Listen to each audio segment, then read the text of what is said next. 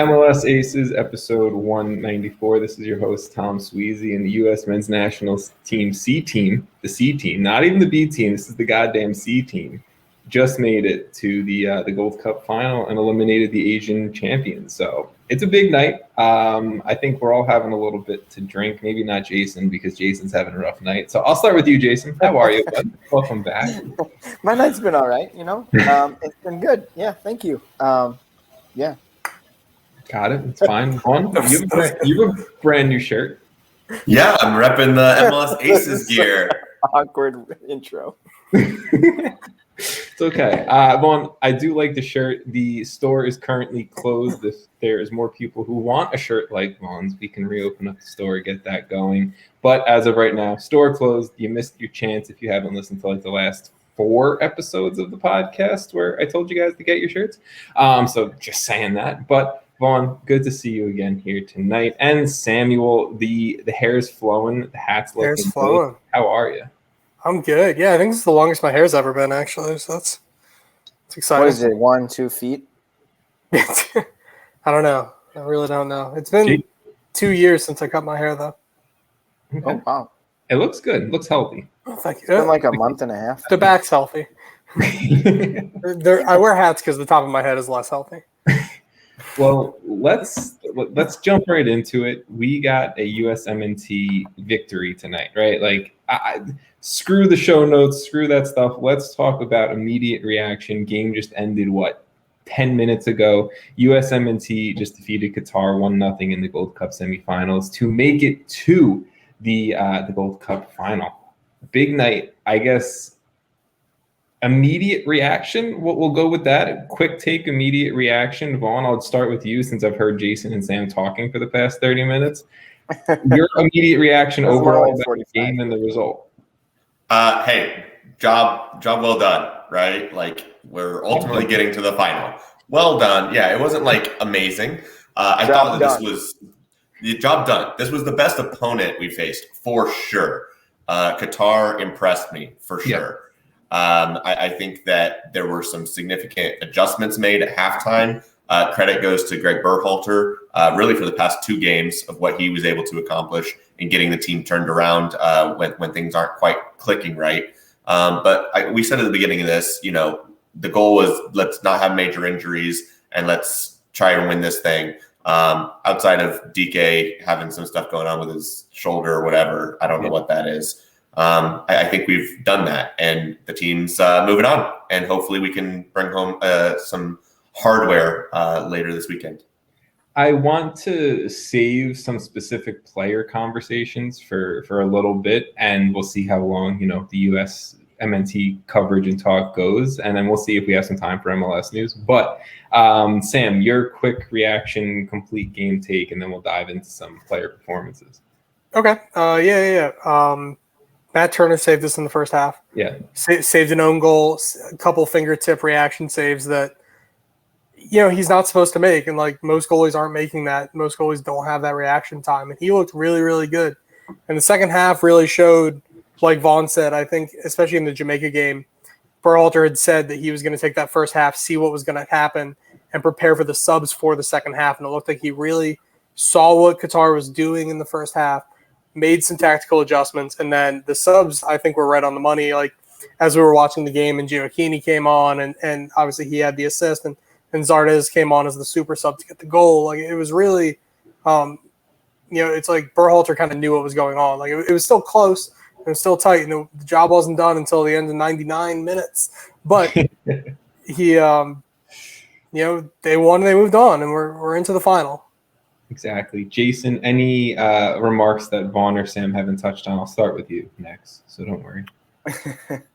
I mean, obviously they kind of summed it up quite nicely. Thank you guys, making my job easy.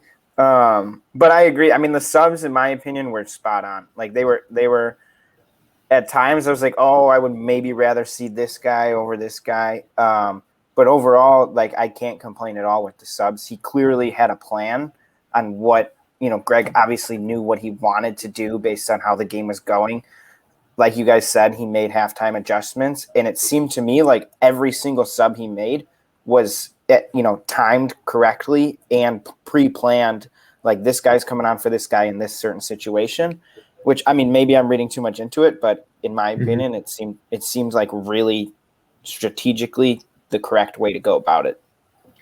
Hoppy was not acting like that was planned. No, I don't think that was planned for Hoppy. Hoppy's a psychopath. Look, I love it now that I know that. Yeah, I think he's just going to be pissed if you take him out of the game. He's like, no, I want to be in the game for 90 minutes. He was our best attacking player at that moment, though, when he came off. Like, he looked good, and like I get the tactical movements, but he was the only one that was kind of trying to make things happen for the most part. And to pull him off was, if we had lost that game, I would have said, that was the wrong call. But at the end of the day, Gio Keeney came on for him. Yeah. What this team lacks in being our quote unquote, C team or not being our A team talent, or whatever you want to say, right? We can't interview any of these guys anymore because they're going to be like, C team, fuck that. It is not our C. I mean, it is our C team, but I don't like calling it a C team. I just like calling it a group of players we're going to see if we can evaluate to see how they're going to impact World Cup qualifying. That's this group of players. There's no letter grade associated with it. But I think that the biggest issue here, not biggest issue, is that Greg Burhalter he's not really getting like the starting 11 down accurate, in my opinion. Like, I think when he throws out the starting team, there's glaring holes, players aren't playing well, whatever it may be, and then he's making up for it in the subs. So it's like, I'll give Greg Burhalter, if we're going to give letter grades, I'll give him an A on his substitution making, on the decision making, being able to read the game, who can come in and make an impact.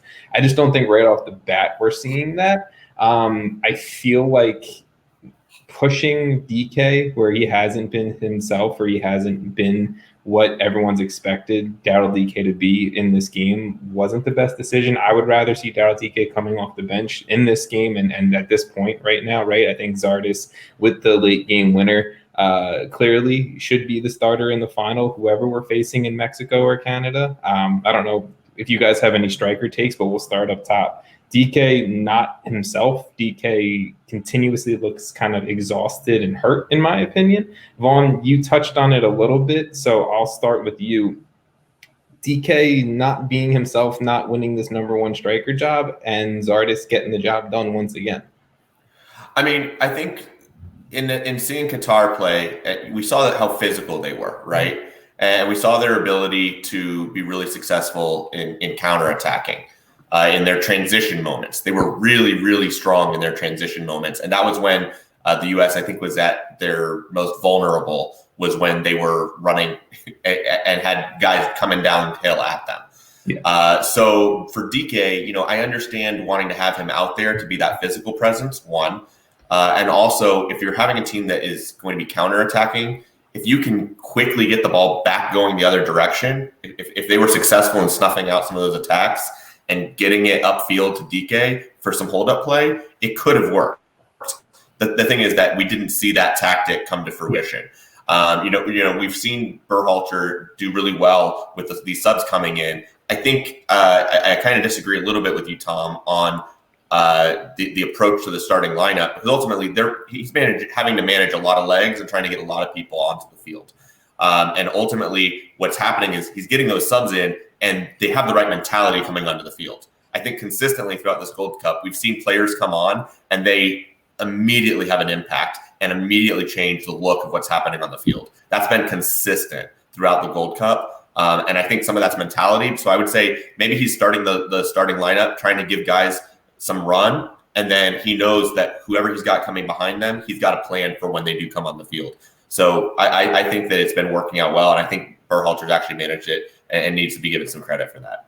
I think he deserves a lot of credit. And I guess my only real, why I say I think he's gotten the starting 11 wrong a little bit is that in the first half of this game, in the first half against Jamaica, and in the first half against Canada, we have not – it's almost like we're barely skating through, we're getting into halftime, then we're adjusting and going, right? I would love to see that tactical adjustment from the beginning. And obviously, you can't always read that. You can't always understand how the opponent's going to come out. You have to see how the game plays.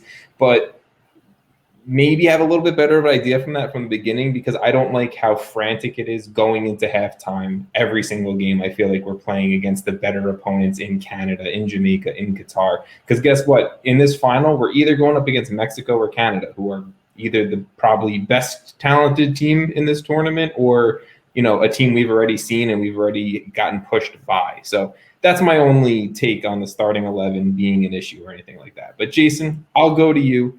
The striker conversation or the starting 11 substitute conversation, wherever you want to take this.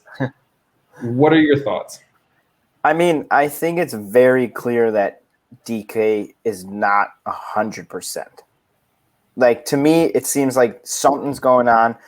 They talked about it a couple times on the broadcast, like maybe there was some shoulder issue that he had. Maybe he's just tired because, I mean, like Vaughn said, there's a lot of games packed pretty tightly. Managing legs is super important. And in this case, like, I think with Dike potentially injured, potentially tired, be it either one, Zardes should probably start in the final, in my opinion. I think he's sort of earned that in some ways. But I also just feel like managing legs is the most important thing. And to Vaughn's credit, what he was saying is basically you're going to have to do some rotations. You just have to trust that you're making the right rotations. And then that mid game, you can bring on people who are going to make an impact that you can really trust, because that's when it really counts in a tight tournament like these, like the World Cup would be, like, the Olympics even is a pretty tight schedule. All these major tournaments are pretty tight where you're playing a lot of games, and depth plays a major role. And to have people that can come on and just immediately make an impact is insanely important. No, you're 100% right there. And I mean, I'll stick with that. I don't want to go too deep into the substitution conversation, because at the end of the day, Greg Burhalter, whether he's started correctly or incorrectly, he's made the adjustments to win, right? And we're on to another final underneath the Triple G era. Sam, any closing remarks about substitutions, about strikers, about anything like that before we tack another position group here? Yeah, let me go into strikers. I'm going to ignore the substitutions for a second. As we were talking about during the second half, Zardes is going to be around the team no matter what. Like, he's Burhalter's guy. He's one of his most trusted assets on the field, and he's earned that. Yeah, like he's absolutely earned that position, and he understands the system very well, and he scores goals when needed off the bench. In terms of Dike, I think the one thing we're tending to kind of forget is that Dike played 19 games in the championship since February, which is a very high level of competition, 2 championship playoff games.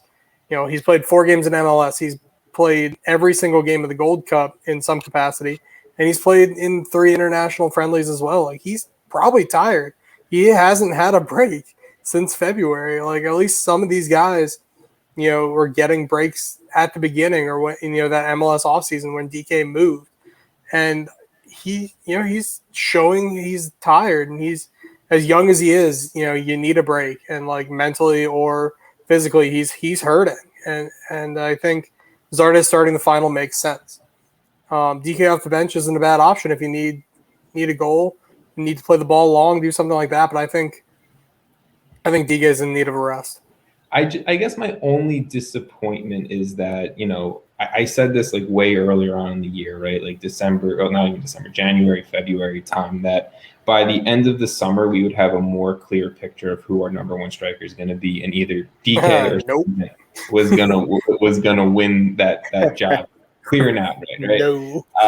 This was 1,000% the tournament for Dike to do that, especially after the season he had in MLS last year, the lone stint with Barnsley, right? This was the tournament for him to do it. And Sam, I think, very much to your point, he's played a lot of games in a short window.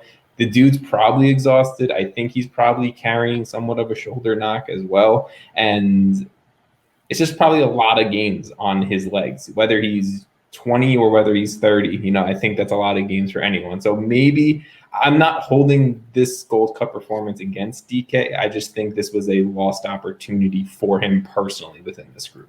I think he's going to be around the group just as much as Zardes is going to be around the group. It's just going to be tougher to stay around the group now. That's my only Dike. Yeah, Vaughn. I will say midfield creation though with this B or C team, it's not pretty. Yeah, so it's not world class. And so we can move to the midfield. So go with it, please.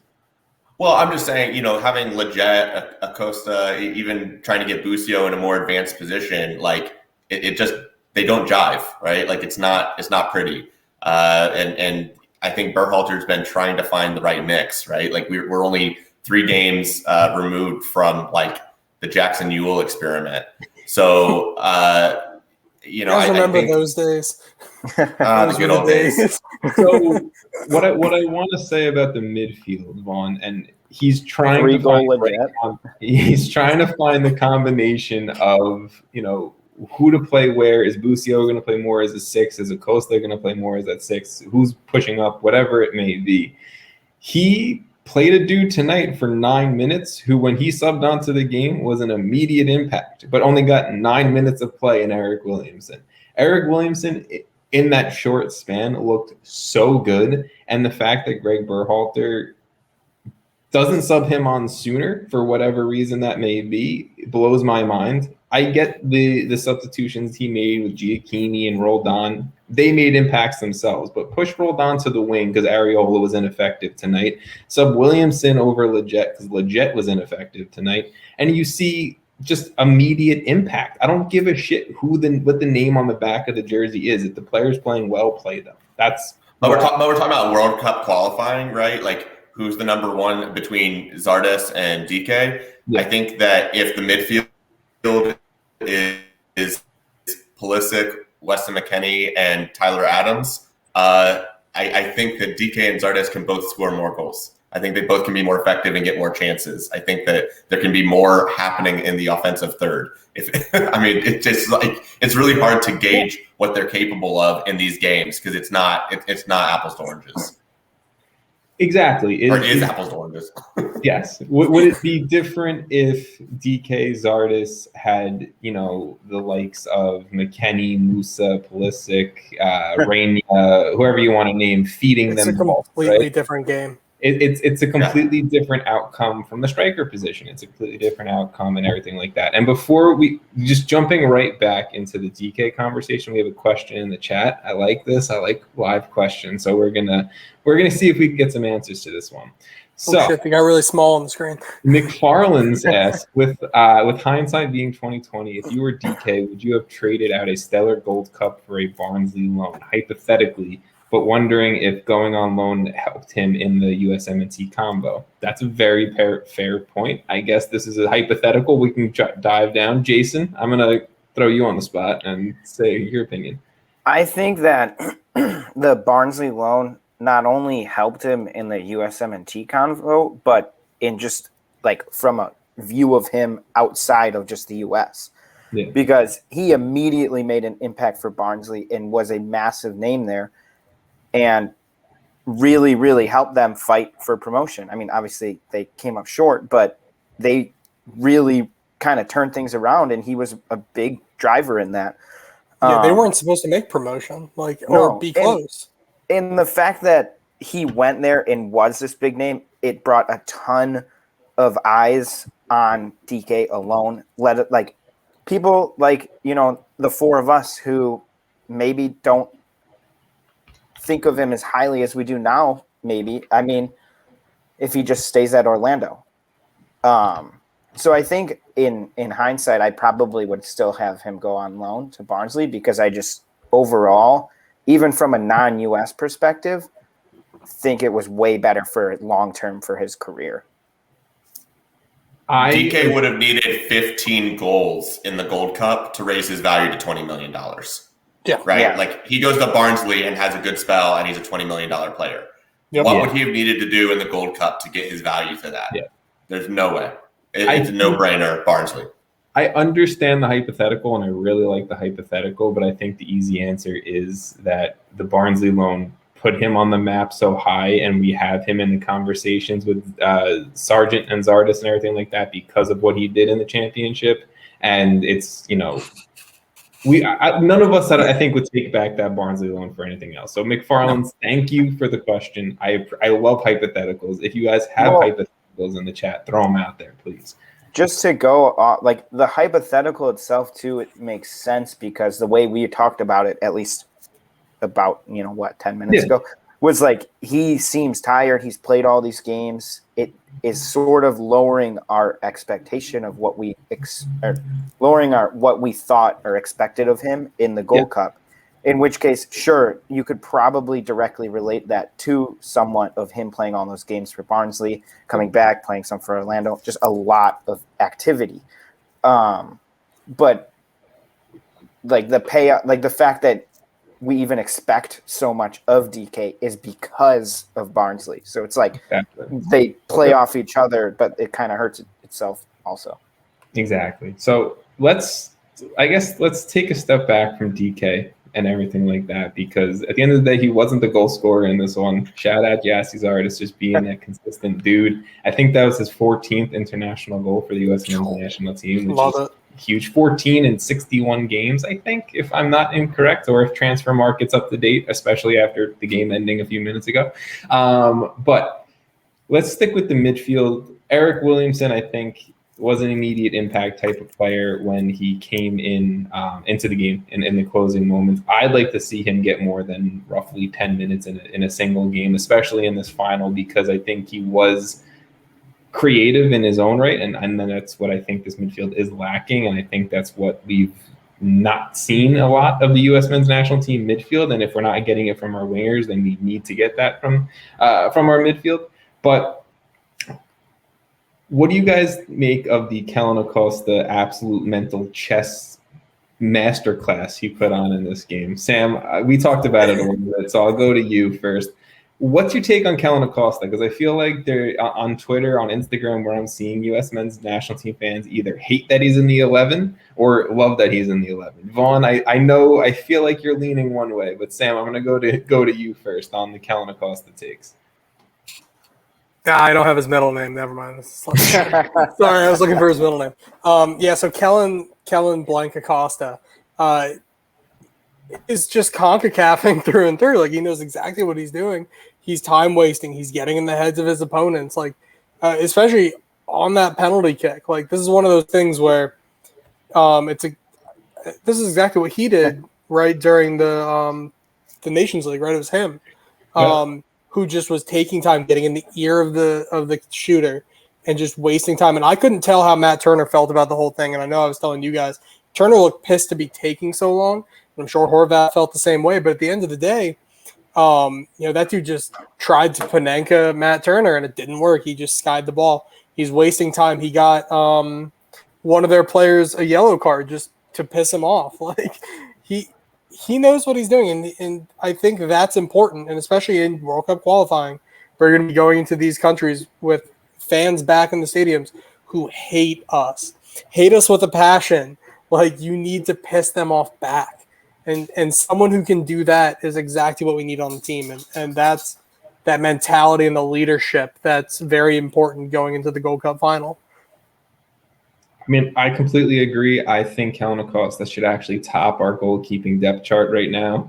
Just with the impact he's made. Got two saves, right? Yeah, he's 2 for 2 on penalties right now. Vaughn, I'm going to go to you next because I feel like you're the opposite take on Kellen Acosta. I feel like you're in the camp that is not a huge fan of him. I'm not a huge fan of Kellen Acosta as a U.S. men's national team player. I do not think that he is like, I hope he's not on the World Cup squad. And like, of course, now he's going to probably score a goal and like that gets his qualification. But my take on his gamesmanship here, right? Like, I think what the U.S. men's national team has lacked for a period of time now is real bite in gamesmanship. I think it's one of those things that domestically U.S. players are not known for that gamesmanship. I think that's one of the things that endeared many people to like the Clint Dempseys of the world, right? As not only was his performance, but also that other little intangible to get under somebody's skin and like do that little thing that can disrupt the opponent or get them off their game. It's a simple little thing to do, and I don't think that it's been in our bag really. So what I like is that we are seeing more instances of that, and I think a lot of that is also that the players have that freedom from the coach. The players have that confidence to do it, and that everybody seems to have each other's back, right? I think that those are really good signs leading up to a World Cup qualification. And that's the sort of thing that also can win you some games when you are the underdog.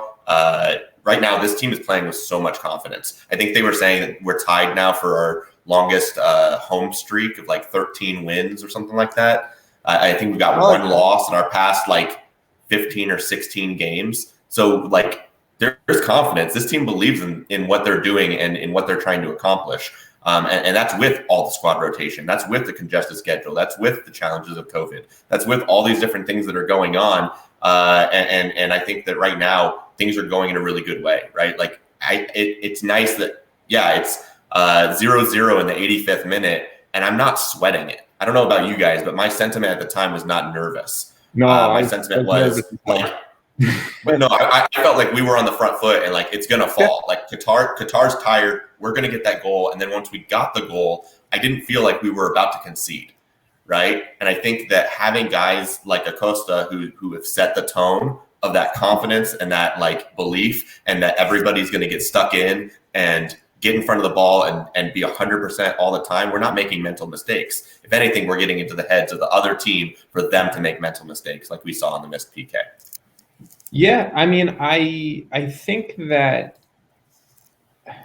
I mean, that's a fair point. I think that this game never felt out of reach. I guess I just didn't like how much Qatar was for. I guess how long Qatar was in this game, right? Like that's what the part that was a little uncomfortable to me. That Qatar hitting us on a counter every few minutes or so was nerve-wracking, right? Like Qatar was playing very attacking, and the fact that we couldn't compensate for that overly attacking style to score a goal earlier was the thing that had me worried, right? Again, you have to take it in the concept of your best players aren't in this team right now. This isn't a full strength team, a full strength squad for the U.S. men's national team and everything like that. So a little bit of, of checks and balances here with that, but I understand your point, Vaughn, and I can agree with you there. Let's jump to Sebastian the Jet super quickly because I just have to make my point here on Sebastian the Jet. Let's talk about Sebastian the Jet. Up until the CONCACAF Nations League semifinal game, Sebastian the Jet never truly had a poor performance in a U.S. men's national team uniform. Sam, you might disagree. I'm just saying my piece here. He has not looked good since that semifinal for the Nations League. He has disappeared out of games. At least if Kelton Acosta is disappearing out of a game, he's doing something and he's talking shit and he's getting involved in the mental side of it. Sebastian the Jet just looks like nothing out there. Like for a dude who's arguably one of our more capped players in this camp, you would like to think he would be a little bit more as a veteran on the field. Just my take on this. And he hasn't been, in my opinion. I just haven't been excited about Sebastian the Jet in this tournament, and he hasn't really brought much. I would like to see a Williamson over Lletget in the starting lineup in the next game. It's not going to happen, but because I mean Lletget's a guy, but I'm trying to yeah. I mean, if you guys have any Sebastian the Jet takes, please take it now, and if not, we can dive. He's not the best option. That's the take. I mean, he's not. But he's the most experienced option, so Greg's going to stick with him. Not keep Kelton Acosta in there. Boom. There's your experience. Yeah. You don't need two. He's a depth piece. Yeah. He is. He's a depth piece. Is he playing himself out of being on the World Cup qualifying group? Because I think a lot of these guys are. But a lot of these guys are playing themselves into it. I think just on the midfield. I mean, sure, I guess. I don't know. I don't know if I agree with that take wholeheartedly. I think like Busio's played himself into at least being around the World Cup qualifying conversation. He's the only one who can play like Tyler Adams, and not quite there, but he's the only one who's close. I like to throw James Sands in at the 6 and see what he can bring there, but that's just me. Just keep him at defense. I think James Sands gives us the perfect back 3 option. Like, he really does. Like, playing that central defender. He hurt his stock a little bit in that first half. Well, yeah. He had a few shaky moments in that first half. I won't deny it. But typically, I don't know. As an NYCFC fan, I love James Sands. I think he is honestly the only other person who has shown any competent behavior to play a number 6 behind Tyler Adams, like truly a number 6, more defensive guy who will get back, who can drop into a back line. Like, really like James Sands. I don't think his natural best position is a center back and a back 4. As an NYCFC fan, when James Sands has been his best, he has been in a back 3 for NYCFC. He has pushed up into the defensive midfield when he's not in a back 3, when it's Chanot and Collins and James Sands is pushing up into that midfield. So I want to see James Sands within this USMNT group. I think he could be that number 2D mid behind Tyler Adams. Maybe you have him spot start at center back, or Sam, like you said, you rotate into a back 3 and you have Dest and whoever else pushing up at the fullback position. Sam You have, Brooks, Sands, insert other center back here. If you just put Sands in the middle of the back 3 and let him kind of go up the field as that ball playing center back a little more, I think that's a good position for him to be in, but it's also a very good position for the U.S. to be able to push those wingers up as well, but still be able to know that we're safe defensively with 2 solid defensive center backs and James Sands who can play the ball but defend well too. I think he's really played himself well in this tournament, especially because overall a lot of our our left backs and right backs, they're pretty attacking minded, most of them. And a lot of them have some deficiencies, on the defensive side of the thing.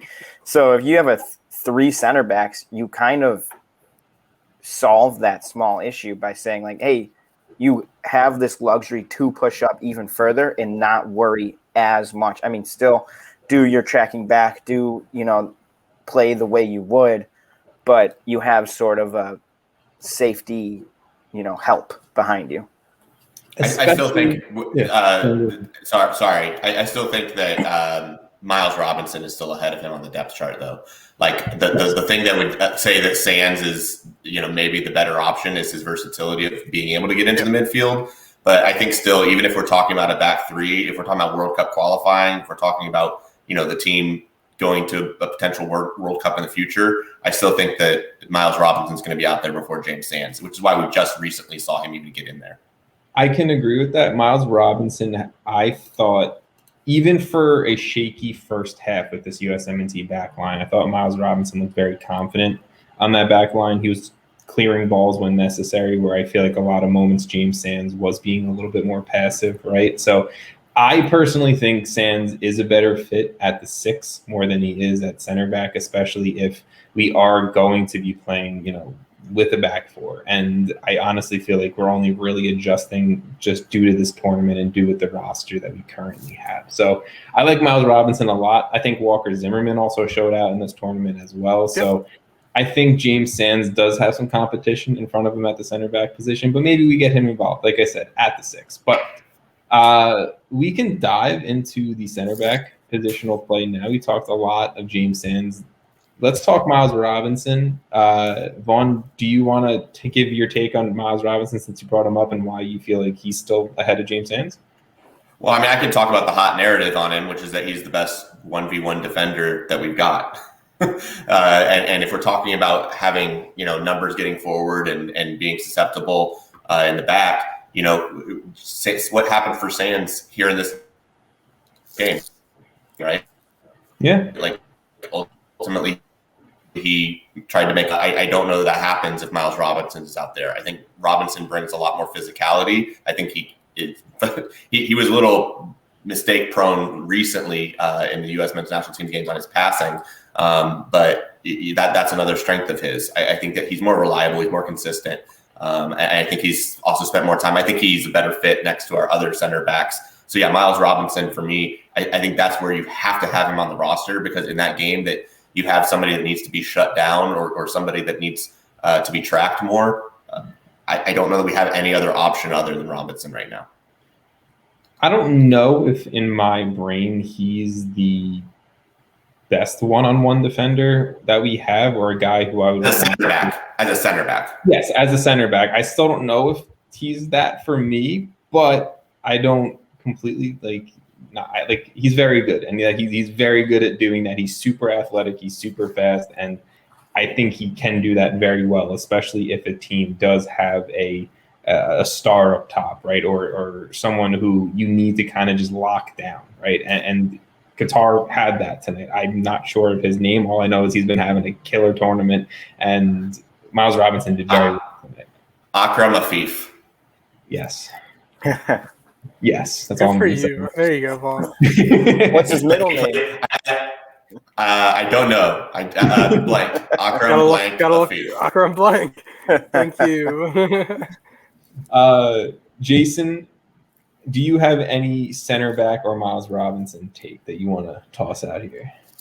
I mean, I like what Vaughn said. Like Miles Robinson. I mean, if we're gonna go Miles Robinson versus James Sands, I think it's Miles Robinson too. Yes.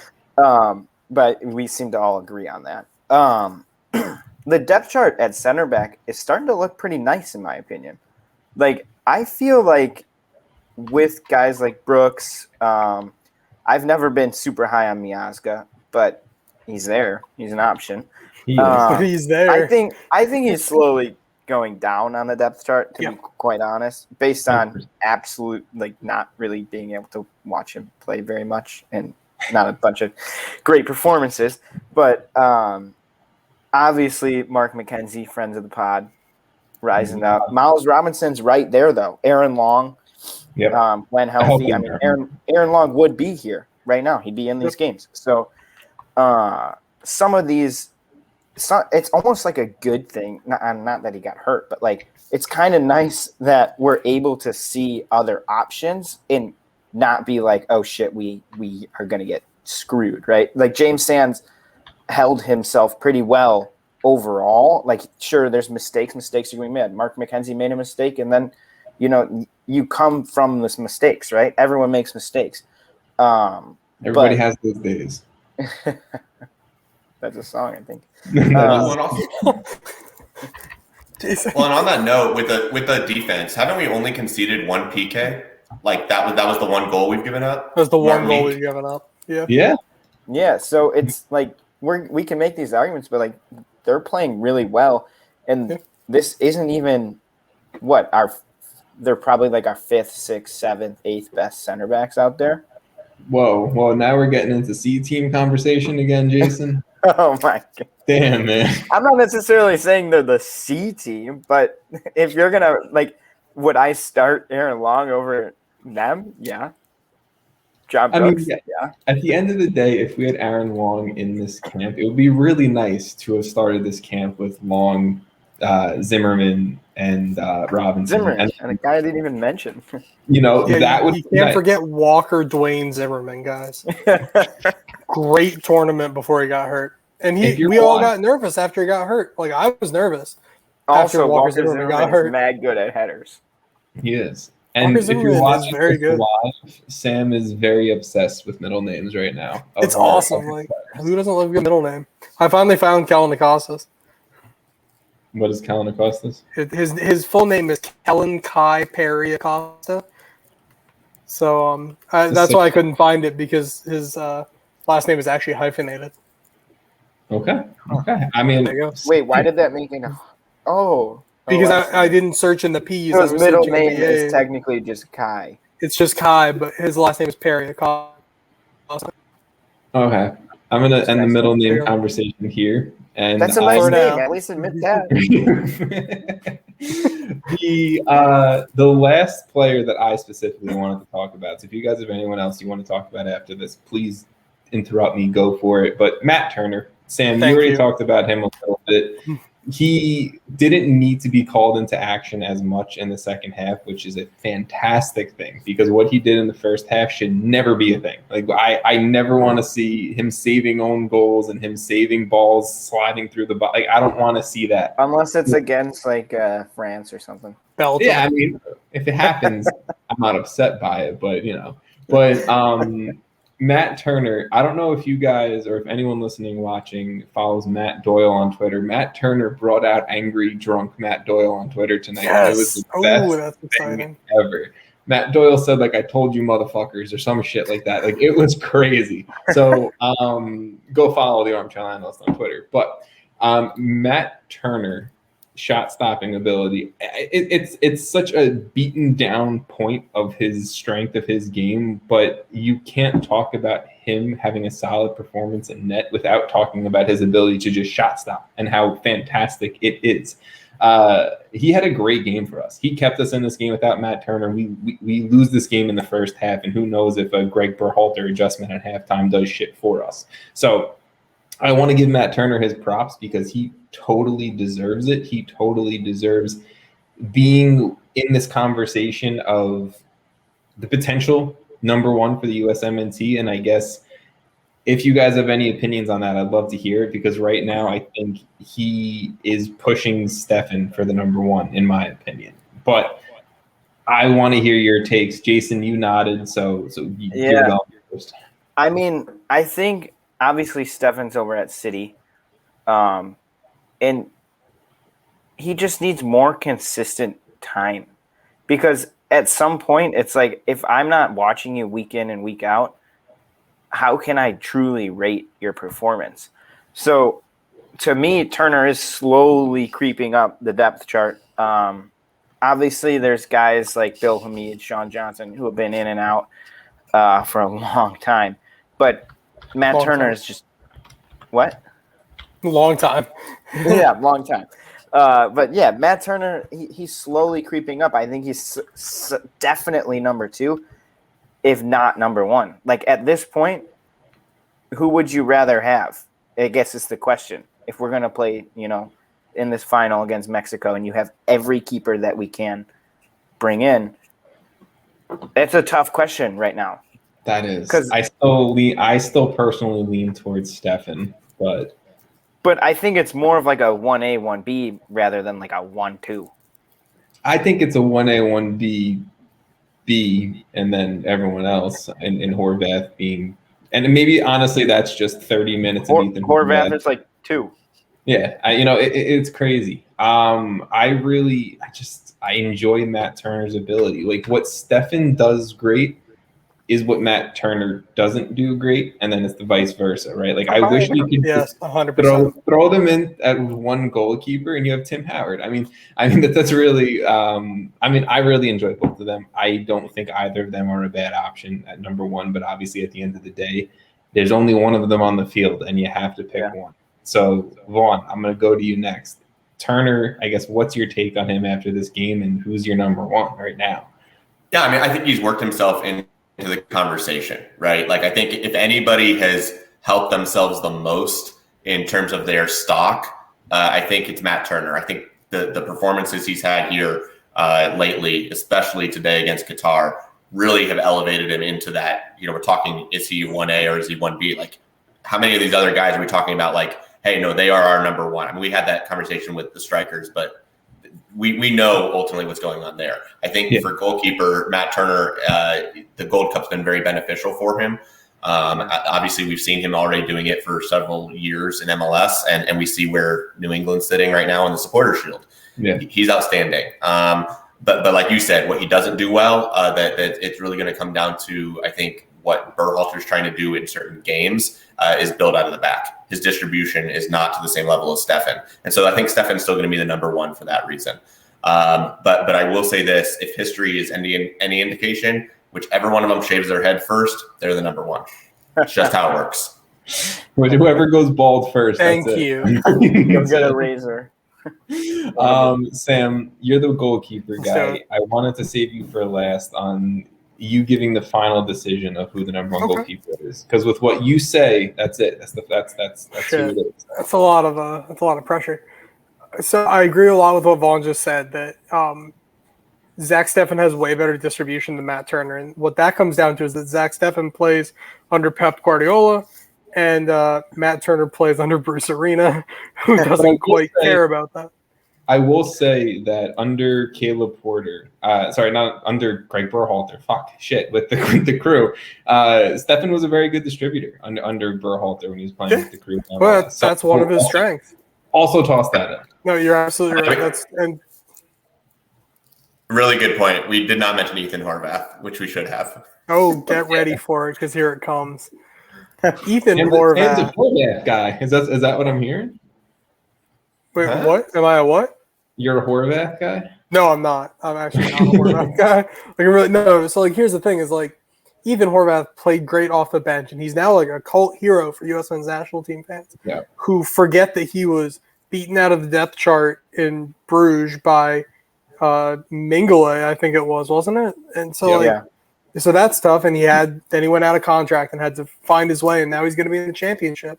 That's fine, and he's got to play a lot of games again and Steffen's going to need to find minutes because Matt Turner is going to be playing week in and week out until he makes a move to Europe, which he's pretty convinced he's going to get soon, from what I've heard. So he should. Definitely should. Matt Turner is a pure shot stopper in the most insane way. That guy, he might not do everything right, but he stops the ball and he can hold on to it, and he's very, very good at it. And I don't see any reason. 6'3". That's what. Yeah. Yep. So we're researching heights. We're researching heights of goalkeepers tonight. So So Matt Turner 6'3", but he's just really good at stopping the ball, and that showed tonight. He shouldn't have made the save off that volley in the first half. It was just a fingertip and off the edge. He was very, very close with that Sands own goal. That was fingertip again. That was very lucky, last minute reaction save kind of thing. And that's what he does. And am I confident that Ethan Horvath is going to do that? Honestly, not really. I'm just not. And so to me, it's definitely a 1A, 1B between Zach Steffen and Ethan Horvath. I'm reading Ethan Horvath on here. Zach Steffen and Matt Turner. And what it'll come down to is getting those three, Zach Steffen, Matt Turner, and Ethan Horvath, in camp together in front of Greg and figure out what he wants to do for each game. Because it's unlikely that you're going to see Zach start every single game until the World Cup. But if we're just going to be hoofing the ball long and just try to defend, Matt Turner is not a bad option there.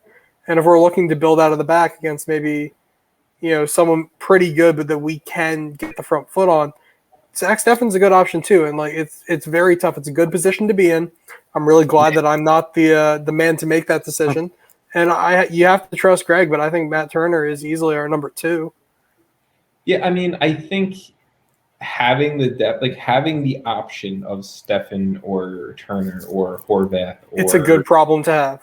Name 4, 5, 6, 7 after that. Not a bad problem, right, Sam? You just said it. It's a good problem to have, but it's a tough decision. You obviously want a starting keeper. I don't think you want to rotate keepers every single game. I just don't think that builds for the best, end solution, end result for the U.S. men's national team. But the talent is there, and the talent's growing. It's not a bad thing. But we've seen cases like this before, right? We've had I guess not to maybe this extent or this level, but we've had the conversations between every other bald USMNT goalkeeper we've had in history, right? Between Guzan, Howard, Keller, go down the list, right? Brad Friedel, thank you. So there's a lot of ball guys, isn't it? There's a lot of ball guys, but they've all been in Europe. I think Matt Turner is confident of a move to Europe within the next year. He believes the Reds will sell him. When they're all in the same camp, they throw a razor in the middle, near the goal, and it's first to get to it, and that's the starter. They're "Oh, you got okay with that. And you're the starter." I'm good with that. That save is brought to you by Norelco. You're also right, though, Sam. They all have to be in the same camp. That's why we haven't seen a clear number 1. I was going to say we haven't had them all together yet, and I think that's a very once big part of it. We'll see a ball guy and a number 1, and it'll be the same game. We'll see a bald guy and a number 2 and a 3. Who's the king of the balds? So I think it's a perfect way to end the goalkeeper conversation. So thank you, Jason. Is there any final talking point, anything like that you guys want to mention from this 1-0 victory? Bring on the final. I'll take silence as golden. Let's win this thing. Yeah, let's go get back-to-back international trophies in CONCACAF. I think that's the goal right now. We have a few notes of Major League Soccer that we can quickly kind of run through here. We don't have to talk about all of the notes that I put down, just put down kind of anything that was important that happened in the past 2 weeks of us not recording. The first thing I want to talk about, though, is Kanye fucking West at an Atlanta United game. The dude is in apparently the visitors' locker room. That's where his new recording studio is, and that's where he's living. He's living there. Yeah. What? I didn't read that. Holy crap. He's living at Mercedes-Benz. Yes. All right, that's pretty lit. In the visitors' locker room. Okay. I didn't know he was in the visitors' locker room. But then they said, you're funny here. What are they doing with other teams? It might be the greatest combination of like pop culture and MLS ever to come together. I personally it's pretty good. Kanye West running around, and if you didn't see, he was running around the Mercedes-Benz stadium with like this weird stocking mask on, clearly visible. Yeah. In the same outfit he was in when he did the drop for his album the night before. Clearly visible in the Man United fans' photos. Still hasn't come out. He's finishing it up in the dome because apparently the vibe is awesome. That was hilarious. That was it. Oh, that's awesome. You know what's not awesome though? Atlanta's vibe. Yeah, Atlanta's not. You know, have we talked about Gabriel Heinze and all that on the podcast? Fuck that guy. I mean, yeah, I don't know if we talked about that on the podcast. To be honest, we might have. Like, any of you could have a conversation with any of you about Heinze? Not me. No. Okay, well, he's gone from Atlanta. He's gone. He earned that. Yeah, apparently good way to put that. Doing some stuff against the MLS CBA. Heinze no longer around in Atlanta. But if you're listening to this and you're watching this, you already know that happened. So he was like, "Do you guys want water? Nah, I'd rather you guys get dehydrated." He actually held the water bottle in front of them and then threw it away when they got close. That's exactly. You know what he did? He tied like a pole across all his players, and then the water was like way out in front of him. So he had to chase. Then you'd expect him to be in way better shape. Yeah. Well, that's enough on the Heinze. I wonder if he drinks water. Do you think he's ever had a glass of water? He's definitely like a Powerade guy. No more water jokes. No more water. No. He's definitely like just a Coke. Like Pepsi every Max. Hour of the day. Pepsi Max. Right. Pepsi. Bring it back to the goalkeeper. Let's bring on some good news. No. And that got dropped today that all of the Canada-based MLS teams will be playing the rest of their home games in Canada. Nothing I really want to discuss here, but just that's awesome to the fans of Vancouver, Toronto, and Montreal that you guys get to watch your team at home, that the players can live at home and they don't have to live in Orlando and I think Salt Lake City, Vancouver was playing in. So that's awesome and good for them there. We have a bunch of different signings. I'll let you all pick one and we'll talk about it. So Sam, you want to go first on a signing on this list that you want to talk about? Yeah, wow. There's actually there's two I really want to talk about. I guess I'll just go for the one that's literally next on the list. That is Chris Mueller signing his pre-contract with Hibernian FC in the Scottish Prem, the third best team in Scotland right now. I really like this move a lot. I know we've discussed it, Tom, and a lot of people have made their opinions known on where the Scottish Premier League sits in the hierarchy based on MLS and this, that, and the other thing. I think Chris Mueller sees this as his opportunity to get to Europe, to get and play on a team that he will compete for starting minutes again against everyone else, and he will probably start most games once he gets there. And Hibbs are currently fighting for a Europa Conference League spot. Yeah, so that's just so they're in qualifying for that. So they'll probably be in Europe, and if they stay in Europe through the group stages, he'll be able to play in that, which will be pretty good. And I think this is really just a stepping stone to get to Europe, so it's easier for him to move after that, get used to the way they play, used to the physicality, and get on the schedule. That's always the big problem, right? Getting on the schedule with the European calendar to get these guys to move not in January. I don't agree at all. You That's know fine. my takes on You don't have Chris Mueller. So the Scottish Premier League is a step down from Major League Soccer unless you're playing for Rangers or Celtic. If you're not playing in Champions League or even Europa League competition, whatever it is, week in and week out, every other week, whatever it is, I think that you're going up against poor competition every single week. And I think that isn't going to mold you into being your best possible player on the field. If Chris Mueller can take this opportunity, be a week in and week out starter for Hibbs, he can be a very good attacking piece, and he can use this as a jump to another European club come next season or whatever, the season after. I think that's fine, fantastic. Then he used the Hibbs move as a piece to get out of Orlando. Clearly, he's not happy right now with Orlando signing a pre-contract. Usually is a pretty good indicator of that, especially not signing a contract extension.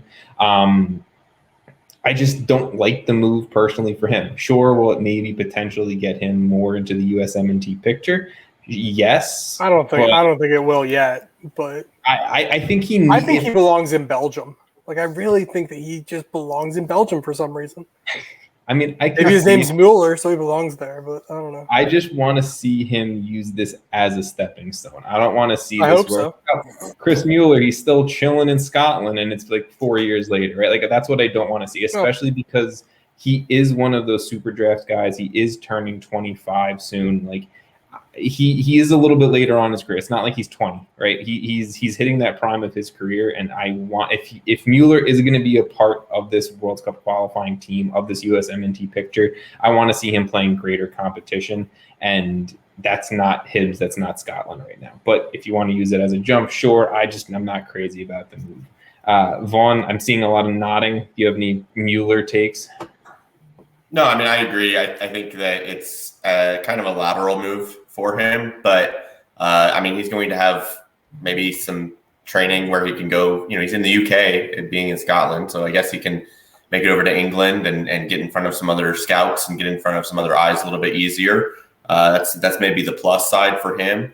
I think that he's had a little bit of a up and down career, actually, a little bit at Orlando, where when he's really, really good, he's really, really on. And then there's times where we're like, what's going on with Chris? Like, why is he not performing to the same level?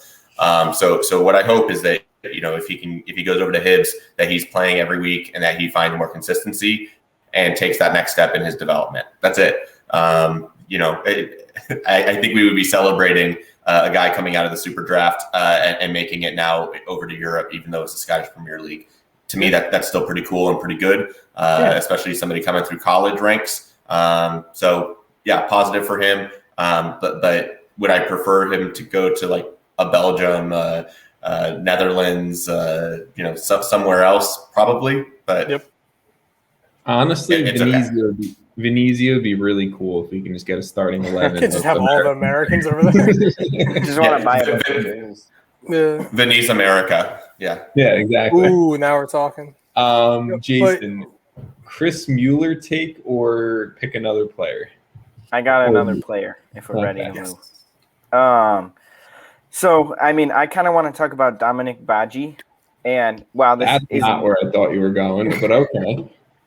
Well, this isn't the biggest move of the week, not even the biggest move by Colorado. I actually do like it because I think it helps out both teams. I really don't think I don't think he's super important to Nashville, and Nashville is obviously figuring some things out here. They look great, and he's not been really playing that much for them. He has 150 minutes this season, so, I mean, that's under 2 games if you were to add that all up. He has 1 assist, so pretty small sample size, but he's a veteran. He's been around. He knows MLS. He knows, how it is. He's not going to start for the Rapids. They have Rubio, I assume, will continue to be, their main guy. But could he be someone who comes on in the last 20 minutes and gives them an extra spark? I think so. And with the addition of Mark Anthony Kaye, who I'm not talking about, but They also added him. we can just pair it together. It's fine. Let's just pair it together because that's obviously a much larger move. But I think they both, Kaye is a big name, big signing, a lot of money. If he can come in and be an immediate impact, and then Badji can be, a guy who, I don't know what they gave up for him. Not that much, $50K. 50,000. Yeah, literally they didn't lose much. And if he can be a guy who gives them, 5 goals, I don't even know if we'll get to that, but that's great. Like he's together. I think the Rapids are showing that they're ready to make some big time moves, and they are making big time moves to be good. I disagree with that. Just mainly because I really like the addition of Marc-Anthony Kaye, right? I like bringing in a guy who's been around, who's won in this league, who is, I think he almost has 100 appearances within MLS or for LAFC in general, whatever it may be. A guy who obviously is an international caliber player within this region as well. I like the move a lot. Marc-Anthony Kaye, Cole Bassett, Kellen Acosta, Jack Price. The Rapids midfield is loaded, stacked. I think I said this in our group chat that if the Rapids can pair this Marc-Anthony Kaye move with a number 9 that can guarantee you 15 goals, right? A DP number 9 that's going to go out and get you 12 to 15 goals. I think I can say the Rapids are MLS Cup contenders. And I feel like I say this every single year about the Rapids, or this is the general notion about the Rapids every single year. Dominique Badji is not the number 9 that's going to go get you 12 to 15 goals. I really like Dominic Badji. Like you said, Jason, MLS vet, he knows the league. His actual most successful stint was with the Rapids, right? Yep. But he's not going to turn the Rapids into a very good team in the Western Conference into, I can see them representing the West in MLS Cup. Like that's – but it's steps to it, but it's not the move. But it's steps to it. Like that's the whole point, right? Like they spent $1 million and $50K, and $50K of that was Dominic Badji. Like this was if we're gonna, fault them for the Badji move, it's like this is still a good move for them. It's still gonna help their team overall. Of course, like I agree, they need a striker who's gonna come in there and be their, goal scorer every game, someone they can rely on. They don't have that, but I don't know, $1 million already dropped for Kaye. Like, are they going to go out and get a DP right after that? Maybe that's down the line, I guess, to give them the benefit of the doubt. But overall, the $50K is insignificant in the fact that they just spent over $1 million. So, also a fair point. The fact that they even got a guy who can come on for 20 minutes and maybe help them. Maybe they're in a game where it's 1-1. They need a goal. They bring on Badji. He scores the goal. He's worth his $50K. For one win, basically. I guess how many goals is equivalent to $50K in general allocation money? That's the real question. But Vaughn, I feel like you're like impossible. Yeah, I mean, I think that this also signals some future intentions for both LAFC and for Colorado. So for LAFC, this kind of indicates that maybe the market isn't as hot for Atuesta as we thought, that maybe their intention is to keep him around. Because, why was Marc-Anthony Kaye expendable at this moment, right? It's that right now the midfield has a little bit of a congestion with Atuesta, Cifuentes, Latif Blessing, and Marc-Anthony Kaye was not getting the same kind of minutes that he was before. That they were able to still flip him for $1 million of allocation money is significant when you think about some of the other players in this league that have been flipped for $1 million. I always use these guys for reference. That's Walker Zimmerman money. That's a defensive player of the year. That's Ike Opara going to Minnesota, defensive player of the year. Georgie Mihailovic, $1 million. Not all trades are equal, right? So for LAFC, right, I think this signals that Atuesta is probably sticking around at least through the year. And then for Colorado, right, this probably makes one of either Cole Bassett or Kellen Acosta that much more expendable on the market. Or both, right? I I disagree a little bit with the take of they're like a number 9 away from being. They're not like that close to being a contender. I look at them versus a Seattle, a New England, a Sporting. They're not there yet. I really like Colorado. I guess that's why maybe I hold them in a little bit of a higher position, but I get it completely. And I mean, I wasn't even thinking about the Kaye trade right now in the eyes of LAFC, because you're right. Maybe Edward Atuesta is sticking around for 2021. Maybe, Jose Cifuentes, not a maybe. He's been very good so far in 2021 for LAFC, and he's shined a little bit more. And then maybe even guys like a Bryce Duke or a Francisco Hinella are going to get more minutes and play more, right? I will shamelessly plug a blog that I have on the MLSAces.com site where I kind of broke down, the whole trade between Mark-Anthony Kaye, Colorado, LAFC, everything like that. So I don't want to go too deep in on my thoughts. Go check that out on the site. But Sam, do you have any Mark-Anthony Kaye, LAFC, or Dominique Badji trades before we get into a third move, or I guess a fourth move? Yeah, for Colorado, I'll go into them because what's the one thing I've been saying for Colorado since preseason? Colorado has no depth, and getting a depth striker. Dominic Badji's not a starter. Dominic Badji was the starter for Colorado when they were a Western Conference final team against Seattle, and whenever Tim Howard played for Colorado. I don't know. God, that feels like forever ago. So I don't know. Whenever that was, like a couple years ago. So that's a guy who's been around the team, knows the city, knows the guys, and can still ball. Like, I wouldn't start him. And they do still need a number 9. That's tough. But this is a depth piece. Mark-Anthony Kaye is one of those guys who's going to step right in and be that week in, week out starter. And then, Vaughn, to your point, I think with Sam Vines leaving, we're about to see Kellen Acosta play a lot more left back. When Sam Vines eventually makes a move to Belgium, which there is the rumor out there that they're very close to a signing of a young Brazilian left back. So I will. Oh, that's right. So then maybe Kellen Acosta. We see him move. I don't know. He's an MLS guy through and through who probably did miss that chance at Europe, but he's league ready for any team. Like, I would want him on DC. I really would. And I think Colorado's making moves in the right direction. They're not there yet, but I think they're destined for the playoffs. What that means after that, I don't know. But I think they're definitely going to be a playoff team this year. No, I think they were both good moves. I really do like the move. I'm not shitting on Dominique Badji. I just don't think it was meh to me. So it's not like a world-class signing, right, but fine. No, it's all good. Jason, you should have picked Mark-Anthony Kaye. You were wrong. I kind of did. I kind of still did. Vaughn, I'll let you go. Is there any of these remaining moves that are interesting enough to you that you want to talk about? I'm actually going to talk about the DP striker that Austin FC brought in.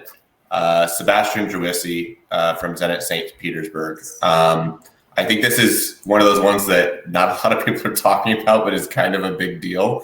I think this is one that could really elevate Austin from that level of hey, we talked about them being a playoff quality team on paper going into the season. We've seen some drop off in their offensive production, and like we said, the biggest concern all along was playing up front. Who's going to be Danny Houston was not going to be the guy to score for them. Getting a DP striker in Gyasi and of his caliber, his experience at River Plate. He's young. He's 25. I think that this is a signing that if they hit right, which I kind of get the feeling that this is going to be a hit. This is that guy that's going to be a 15 to 20 goal a year caliber guy if he's getting good service. And all indications are that Austin FC are going to be able to create chances. So, I think this is a really big signing for them and a piece that can be foundational that they can build around and could elevate them from right now where they're kind of slumping back a little bit, that they could really start charging forward if it clicks. Austin FC had the tied for 4th best defense in the league. They've shown very good defensively, right?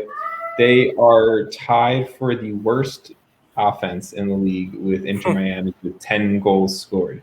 You bring in a dude who the Fire has scored more goals than you. you bring in a dude who has scored and who has represented well and who has won in Europe and in South America, and he's only 25 years old. He's still in his prime, right?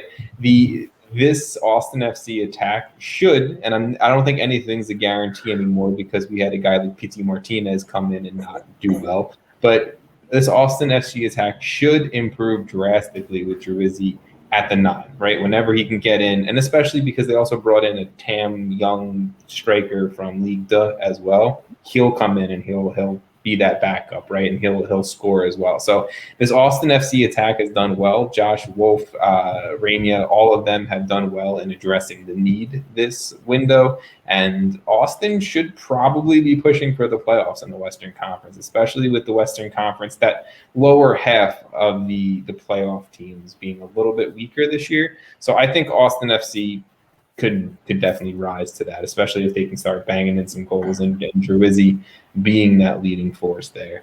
Do you guys, Sam, Jason, you guys have any Gyasi Austin takes? I mean, just from like the little bit of me looking at these notes, the guy's just a winner, right? Like he's won a lot of things, like a lot of champions, a lot of winning. So that's always just a good sign, right? You bring a guy that's been around winning, like it seems obvious, but at the end of the day, it's like those are tough games that he's been in that could play a factor when, you know, he can step up in a lot of those big games that Austin may or may not have in the future. Yeah, no, 100%. Yeah. Sam, any Gyasi take? Yeah, I think this is an amazing move for Austin. And when I had first seen that an unnamed MLS team was in for him, I was pretty shocked. And in all honesty, I didn't know what team was going to be in on him, but he was a big name in the Russian Premier League for what that's worth. But that's, you know, playing in the Champions League and things like that. And that's what you want from a striker that you're going to bring over here that's going to score 15 to 20 goals a year. Like this is the guy, a proven winner, proven goal scorer. I just hope that they can get him the service, like Vaughn was saying. Like as long as he gets the ball, I think he'll be fine. I mean, Dominguez, Gyasi, Redis, that front three already sounds exciting, and we'll see what Austin can do for the rest of this year. Let's wrap things up. I'm not going to go into a move. I'm going to go into a question from the chat. But, you know, Ventura Alvarado, he's in MLS now after a 10-year Liga MX career. So excited to see him in Inter Miami. And then also Portland bringing in a U22 initiative winger. The Union bringing in a dude who I think he's a young South American defensive midfielder. So they're just bringing in more young talent. So a lot of moves going on recently within Major League Soccer. But let's finish up this podcast and this episode with this question from our guy, the Ace Hole Will, in the chat. He asked, should there be any concern with any current or future dual nationals, especially American Mexican ones? We've seen players like Jonathan Gonzalez, Efrain Alvarez, both past experience with U.S. youth setups. He also followed up with that by saying, along with Mexico calling in David Ochoa, Julian Araujo for training stints with the men's national team, and now supposed interest in Ricardo Pepi. Well, first of all, I want to say Greg Burhalter's got to lock down Ricardo Pepi as soon as goddamn possible. Now the youngest holder of a hat trick within Major League Soccer, within his, I think his last performance for FC Dallas. So congratulations to Ricardo there. But I mean, I'll start this off with you, Sam. Any concerns about the Mexican-American or just American dual national, I guess, potential loss in talent down the line? Yeah, so look, this is one of those things where, you know, we share a border with a country who has top soccer talent. Like it's going to be one of those things, and I think this is a battle that we're never going to see the end of. One country is always going to lose out on really good talent because someone's going to pick the other country, and I think that's good for both of us, Mexico and America, because if we do it right, which we didn't under Klinsmann and we didn't under Bruce Arena for however long we had Bruce Arena, then that'll, will show that we want the players and things like that. And I think that Greg Burhalter has done a great start at that. I do think that U.S. soccer is very lacking in reaching out to some of these guys still. I know, Herculez Gomez has been reached out by the Mexican Federation about talking to dual nationals, but the U.S. Federation has not talked to him about doing the same thing. Yeah. And that's a bit concerning.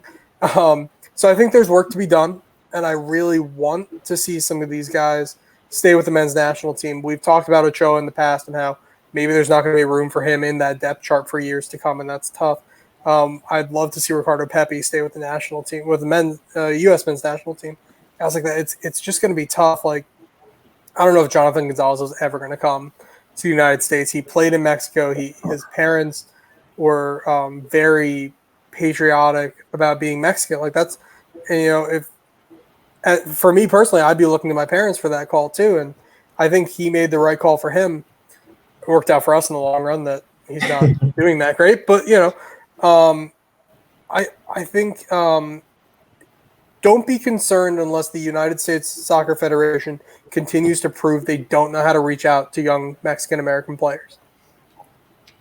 I agree. My only thing, I guess, is I'm never going to, and I'm not the first person to say this. Plenty of people have said this, so I don't want to make people think that this is some miraculous idea coming off the top of my head.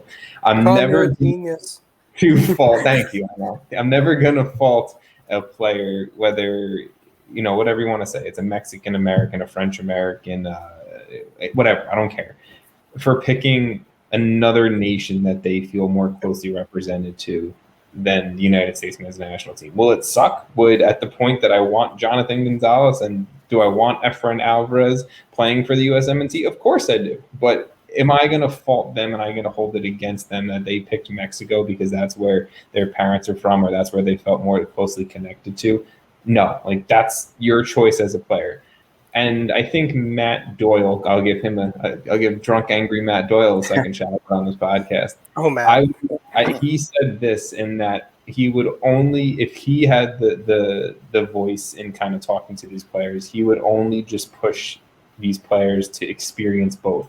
If you're a Mexican-American player, experience a camp with El Tri, experience a camp with the USMNT, see what you like better, make your own opinion, make your own choice after you've experienced both and you've got to see both. So I guess really that's where I'm at with it. I'm not concerned because there's always going to be dual nationals. We're a country of everyone being a different culture, being from a different background. So whether it's a Yunus Musa or whether it's an Efrain Alvarez, we're going to lose some, we're going to get some at the end of the day. That's how I feel about it.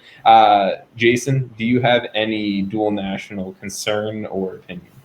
I'm kind of along the same lines. Like, it is what it is. I can only hope that, the U.S. Soccer Federation is doing their part to reach out to these guys to, like you said, if they want to try both sides to make that decision, they have every right to. But the U.S. Soccer Federation, and what I hope they're doing, is giving that opportunity to, young kids who are these young players who are up and coming, to be able to see these camps, to be able to get called into a camp, see how, the U.S. does it, see how Mexico does it. I can't fault the guy, like you said, through Matt Doyle or whatever. You said, if they choose one country over the other and they have, that's what they feel, that's what they feel. Like, we're never going to be able to convince them otherwise if that's, the major thing, as long as they're able to see both of what these countries have to offer. Like, we got Yunus Musa. That was a huge get. It was really awesome. And it felt we didn't really play good. him in the Nations League final. Yeah. But it felt really good. And then, we lost Jonathan Gonzalez. So, and that felt really bad. So it's just going to – I don't think it's ever not going to be that way. Do you guys remember being super depressed about that? Yeah, I do. Yeah, I do. Yeah, that was yeah.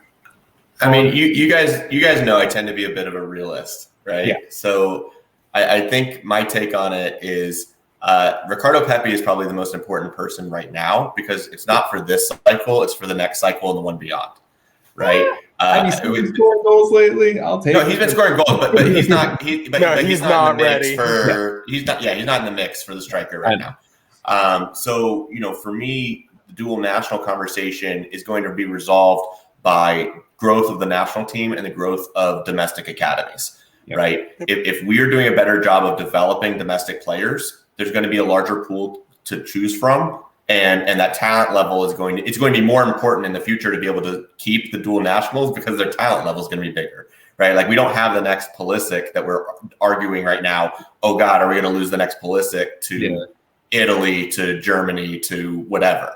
That would be the big concern. But do I think that we're developing players at a greater clip that could become the future conversation? Is that we have guys that could be playing in the Premier League and be playing in Bundesliga and potentially losing them as dual nationals? Yeah, that's when I'm going to start being really concerned. But if we're also going into Gold Cup finals and beating the snot out of Mexico, right? Like that's the other thing that's going to help us win some of these. But this is going to help us also win some of those dual national bids, right? Why is a player going to choose to go play for Mexico over the U.S.? It's because they think that they have a better shot either at minutes or at certain accolades in their career. So if the U.S. men's national team is getting stronger and we're winning competitions and we're qualifying for World Cups and we're going on deep runs when we get to those tournaments and we're establishing a culture of being a good sporting nation, it's going to resolve itself. Pepi is not the guy that is my biggest concern on that for the future. But I think long term, we have to be mindful of that because I think in the next couple cycles, it's going to be a much, much bigger issue than today. Did you say Pepi is your biggest concern or not your biggest concern? He's my biggest concern of current potential dual nationals. Okay. But in the grand scheme of dual national conversation, I'm not concerned about this current cycle. I'm concerned about 2026 and beyond. I agree, but if we can lock down Ricardo Pepi, Tom Sweezy's going to be a very happy boy. That's all I'm going to say. Going to pour another 2 fingers of Johnny Walker Black. Another 2 fingers. Tell you what, coming out of that bottle soon. No, honestly, there's a fight going on in Mexico, Canada. Sweet. Honestly, the dual national conversation comes down to players are going to pick their country, whether it's based off of pride for a country or whether it's based off on, like you said, where they can get minutes, where they can get international games, where they can play in World Cups and international competitions, et cetera, et cetera. I am not concerned overall. It'd be honestly, at the end of the day, is it also going to be the worst thing in the world if Ricardo Pepi picks Mexico? Mexico's star new striker is Ricardo Pepi, and he was developed in an MLS academy. Not the worst thing in the world. I mean, like, that's also a little bit of like, he's kind of ours too, but whatever. That's all I really have for this episode, guys. It's been a lot. It's been a lot of USMNT talk. It's been a lot of questions from the chat. So everyone who was in the chat tonight asking questions, I greatly appreciate it. Honestly, made for the conversation to be way more fun and loose, which I appreciate. So thank you to guys in the chat. Vaughn, Jason, Sam, thank you for you guys. Do you guys have any, doesn't have to be anything crazy, but any closing remarks you guys want to make for this episode? Thank you, Tom. Thanks, Tom. Thank you, Tom. You're welcome for being me. I hate you all. Bye. We're finally coming